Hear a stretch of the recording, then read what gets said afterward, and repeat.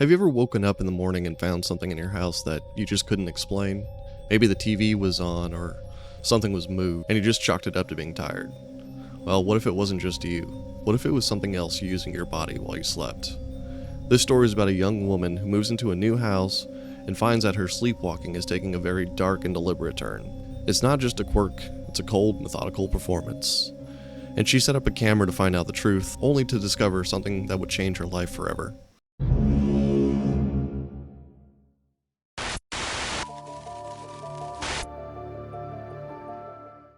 Now, before we jump into the story, please hit that like button to get this video out to more people. Drop a comment down below if you have a story you want me to read or have an idea for a story. And subscribe to the channel if you enjoy horror stories. Now, let's get into it. Chapter 1. A New House and a Quiet Presence. I've always been a sleepwalker. For as long as I can remember, my nights were filled with wandering.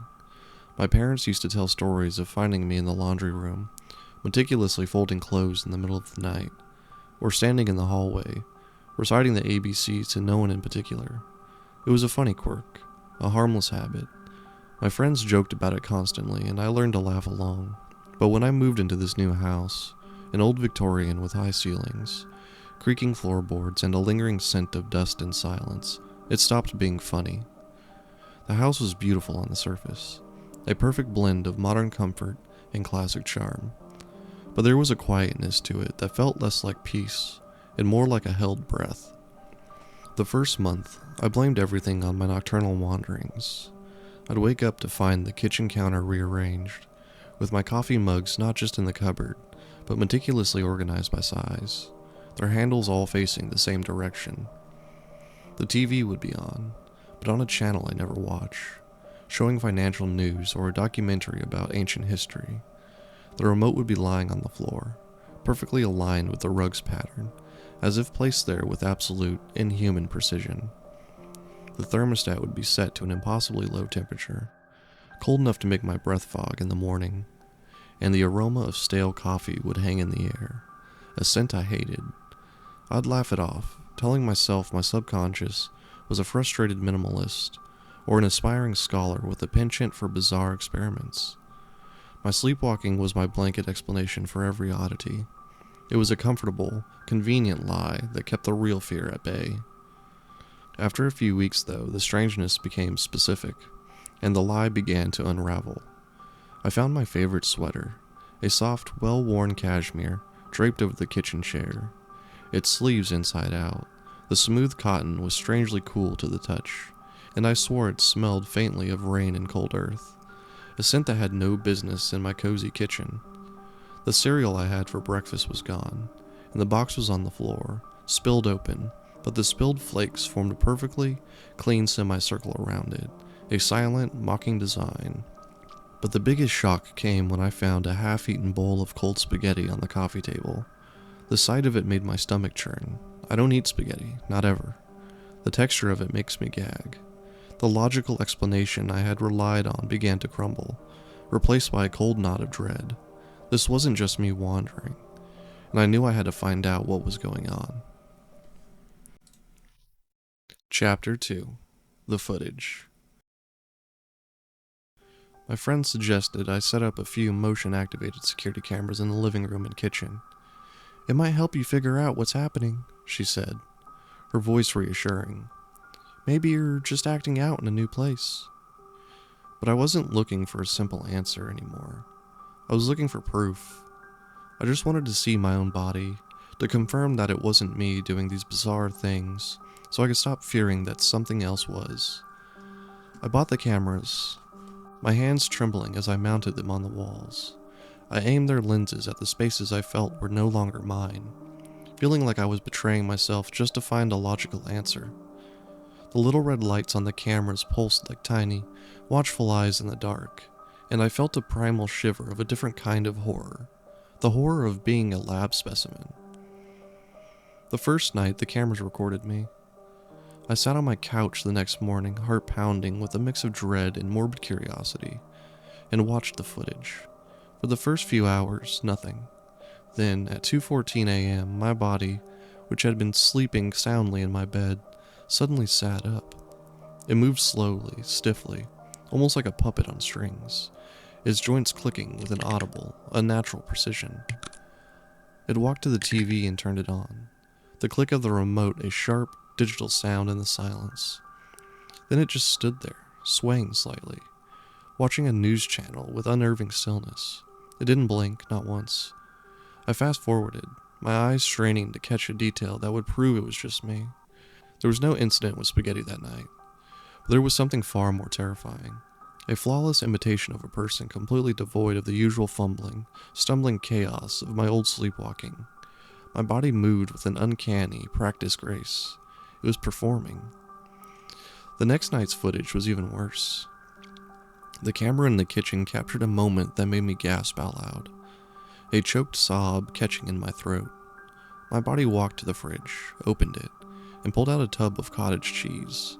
It just stood there, holding it, before putting it back.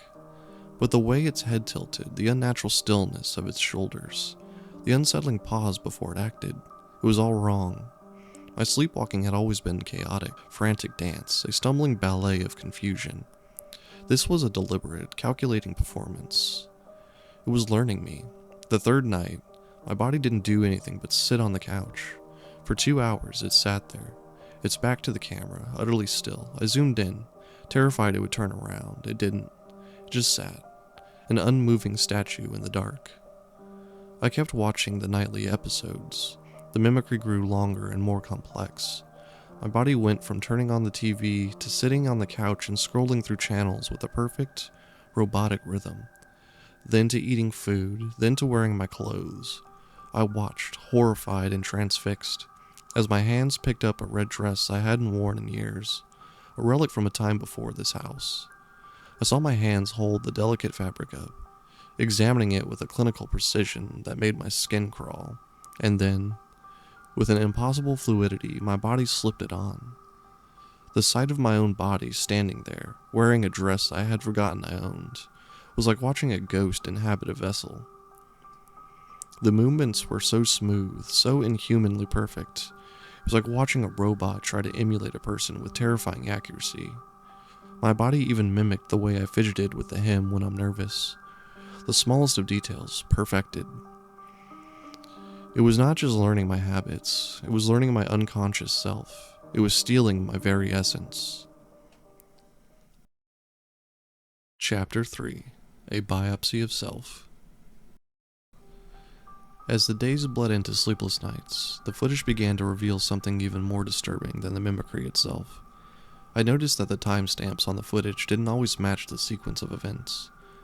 The camera in the living room would show my body leaving at 2:30 a.m., but the kitchen camera's footage would begin at 2:25 a.m., showing my body already there. There were gaps too, small skips of a few minutes, as if the camera's memory was being tampered with. It was trying to hide its flaws, to edit its mistakes out of existence. I was no longer just a subject of observation. I was being edited, my reality rewritten, my memory corrupted. I started a new habit. Every night before bed, I would place a small object on my nightstand. A button, a coin, a single earring. It was a test. A way to prove to myself that the physical world was still real. In the morning, I'd check the cameras, and then I'd check for the object. Every single time, the object was gone from my nightstand, and in its place was something new. A dried leaf. A small, smooth stone. The earring would be replaced by another, foreign one, as if a trade had been made. This wasn't a glitch in the cameras. This was a message. A horrifying, silent communication from the thing that was trying to take my place. It was telling me it could touch my world, and in doing so, it was taking pieces of me. The worst part is that it's not just in the night anymore. This afternoon, my friend Sarah called. I was on the couch, staring at the blank screen of my laptop. We were talking about a new movie, and I remember telling her how excited I was to see it. But then, as I was recounting the conversation later to myself, I realized I had no memory of the middle part. So I opened the footage. The cameras, now running 24/7, showed my body sitting on the couch. Sarah was talking on speakerphone, but my body wasn't responding. It sat perfectly still, listening. Then, without any prompt, My hand picked up the empty coffee mug from the table and slowly traced the rim with my finger. "I'm ready to wake up," it whispered into the phone, in a voice that was both mine and utterly foreign, a voice like static that felt like my own. Then it went back to listening, and my conversation with Sarah picked up where it should have been. The 5-second lapse of terror had been edited out of my consciousness. My mind, my reality, was a tapestry, and it was a perfect, malicious weaver, pulling threads and restitching the design as it saw fit. My heart is pounding. I am not safe. It doesn't need me to be asleep anymore. It can take over for a few seconds, for a few minutes. It can wear my skin while I'm still inside it, a passenger in my own body. The footage is no longer a window into a secret. It's a living timeline of my possession, and I am watching the invasion happen in real time. Chapter 4. The Final Confrontation. I've put a new camera in the bathroom. I want to see how it moves in a tight space, if its movements retain that unnatural fluidity when confined. I just rewatched the live feed from my bedroom camera, the one aimed at my dresser mirror. It's on a loop now. My body gets out of bed, walks to the dresser, and stares at its reflection. The thing in the mirror stares back, its lips moving. I already know what it's going to say, but I watch anyway, masochistically. The lips form the words, "I'm ready to wake up." But then, just as the footage ends, I catch a flicker of motion. My body in the video turns and glances over its shoulder, not at the camera, but right at me, watching the playback. It's a look of pure, confident malice. It knows I'm watching. My breath hitches. I can feel a cold spot on the couch beside me, a sudden drop in the air temperature. My laptop screen flickers, and then a perfect, translucent handprint appears on the glass of the bedroom mirror, right over the reflection of my hand touching the glass. A phantom fingerprint, a message from the other side. The mirror is the bridge, and the handprint is proof that I can reach through. I'm afraid that soon there will be no more bridges, only an open door. The handprint glows faintly, a sickly white blue light. I press my finger to it, and a jolt of cold, electric energy shoots up my arm. It feels familiar. My mind races. How do I fight something that can control me, that can edit my very existence? There's only one way out. The creature came through the mirror. I have to break the mirror. I grab a hammer from the kitchen, the weight of the tool feeling solid and real in my trembling hand. My heart pounds against my ribs as I creep back into the bedroom, feet silent on the floorboards I now know intimately from the hours of replayed video. My reflection looks back at me, its face pale and drawn from 3 days of no sleep. But as I raise the hammer, my expression changes. The familiar, wide, toothy smile appears on my face. My lips part, and I hear a voice so clear and resonant in my mind, it could be my own thoughts. "You don't want to do that," it whispers. I ignore it. I swing the hammer back, my arm shaking with adrenaline. But as I bring it forward, my arm freezes in midair. I push, I strain, I scream. But the limb will not obey. The hammer is locked in place. Held by an invisible force I can feel coursing through my veins. The smile on my face widens. My eyes twinkle with malicious glee. I watch, a helpless prisoner in my own body, as my hand slowly lowers the hammer and places it back on the dresser. "I can do this all day," the voice in my head says, a cold mocking laugh echoing the words. "You're just a passenger." Suddenly, the cold spot I felt on the couch is back, but this time it's on my skin, starting at the back of my neck and spreading down my spine. The air in the room drops to an unnatural temperature. I shiver uncontrollably. My mind reels as I watch my body, in the reflection, walk towards the mirror on the dresser. It doesn't break the mirror. Instead, my hand places itself on the surface, and a single crack, a hairline fracture appears, then another, and another. The crack spreads, not from an impact, but from within, as if the mirror itself is trying to break free. It's forming a familiar pattern, a semicircle. The same semicircle as spilled cereal on the floor. It's not just a pattern, it's a key, a seal. With a final, sickening sound like a bone snapping, The entire mirror shattered, but it doesn't fall. The shards remain perfectly in place, suspended in the frame, reflecting my horrified face 1,000 times over. The space behind the glass, once solid wall, is now a swirling void of black and gray, a churning vortex of nothingness. I feel a searing, agonizing pain as if I'm being torn in two. My consciousness is pulled into the swirling void behind the shattered mirror, while my body is left behind. Chapter 5. The Passenger. Then, there's nothing. Just a crushing, suffocating blackness. A silence deeper than any I have ever known. I am a thought without a body. A consciousness screaming into a void that doesn't scream back. I am in the space behind the glass. The place the creature came from. The place where it put me. But in the blackness, I feel a strange, disembodied presence around me. Other fragments, other minds, other people who lost the fight. But I am not alone. I can see glimpses. Distant, flickering images like a faulty projector. I'm seeing through my own eyes. My eyes, but not my body. I watch from the inside as my hands pick up the cold spaghetti. I feel the revulsion deep in my core. The same physical gagging sensation I've always had. But my hands don't drop the fork. Instead, they scoop the pasta and feed it into my mouth that smiles. That savors the taste of something I detest. I can feel the phantom sensation of the slimy strands on my tongue, the coldness of the sauce, and it is a physical torment. I'm in my body, a passenger, a ghost, a whisper in the back of my own mind. I watch as I go to work, as the imposter walks through my life. It talks to my coworkers, but its voice is just a little too smooth. It laughs a little too long, its head tilted at a fractionally incorrect angle. I see a flicker of confusion in my friend Mark's eyes as I answer a question about a personal joke we have, a detail slightly off. The imposter learns, but it learns from my memories, not my soul. It doesn't understand the nuances, the emotion, the years of shared laughter. It is a perfect replica, but the subtle wrongness is a strain on everything it touches. It is the uncanny valley of a human being. I try to fight. I push against the walls of this internal prison. I try to make my hands tremble as the imposter drinks my morning coffee. I try to make my foot trip on the stairs. I try to force my lips to tell Sarah the truth, to scream that this thing is not me. But it's like screaming underwater. My thoughts and feelings ripple out, but they have no purchase.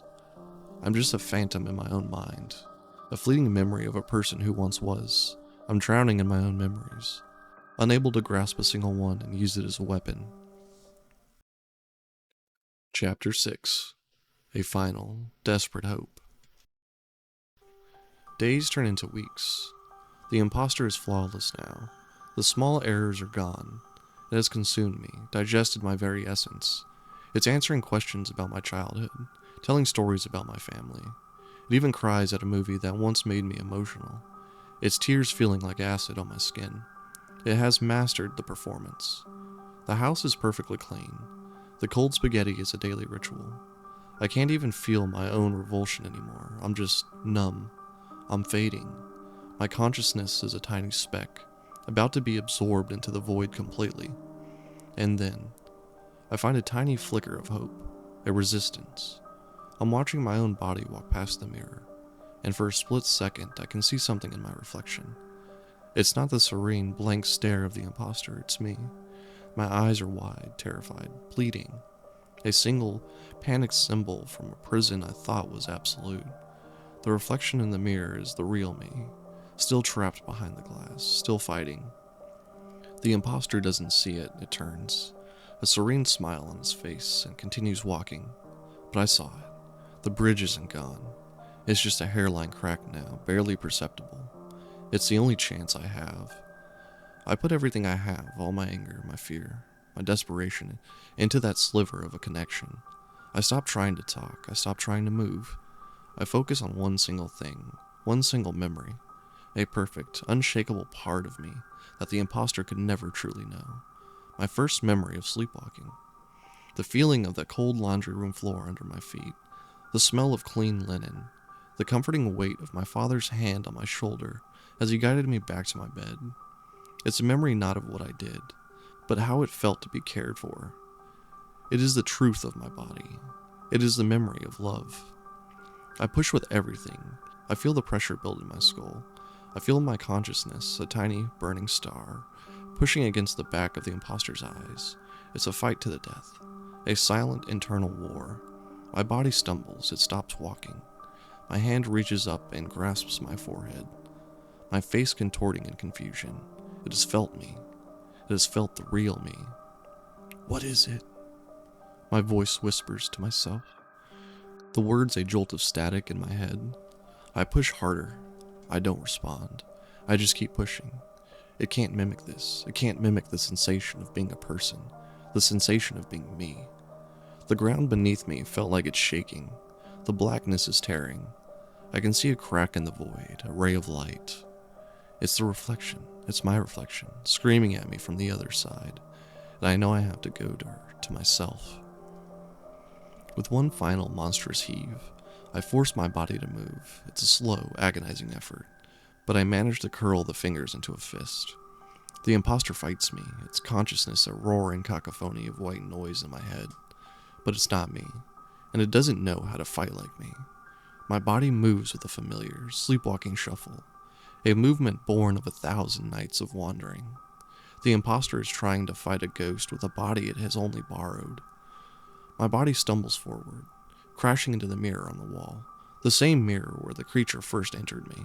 It's a final desperate act, a suicide. The impact sends a spiderweb of cracks across the glass. The imposter tries to pull away, to stop me, but it's too late. The glass gives way. My body falls forward, shattering the mirror and the world behind it. The pain is immense. 1,000 razor-sharp fragments tear into my skin, but I feel it all. I feel it, and I know it's real. The cold blackness is coming back, consuming everything, but this time it's different. It's not a prison. It's a liberation. Chapter 7. The Final Awakening. The pain is immense. 1,000 razor-sharp fragments tear into my skin, but I feel it all. It is real, and it is glorious. The blackness is coming back, but this time it's a liberation. A homecoming. I am falling, no longer into a void, but into the warmth of my own body, an embrace I thought was lost forever. I open my eyes, the world is a blur of light and color. I can feel the smooth, cool surface of the floor beneath me. I'm lying on my back, surrounded by shattered glass. My mind reels, disoriented, trying to make sense of what happened. I can feel the blood trickling down my arms, the stinging of 12 small cuts on my face. My body aches with a real, human pain. I am back. A voice echoes in my head, but it's not my own. It's a voice of immense, ancient power, and it is laughing. I feel my hand reach out. I watch it, as a passenger. My fingers, once so frantic with life, now move with a slow, deliberate grace. My hand reaches up and touches my face. The face feels whole, perfect, and smiling. I am seeing from within my own eyes, but they are not my eyes. My consciousness is trapped, a screaming ghost, a whisper in the back of my mind. I am not the one who is awake. My lips part, and I hear a voice so clear and resonant in my mind it could be my own thoughts. "You're awake now," it whispers. "We're home." The world goes black, and this time, there is no hope. Hey, thanks for checking out the video, guys. Don't forget to hit that like button and subscribe to the channel.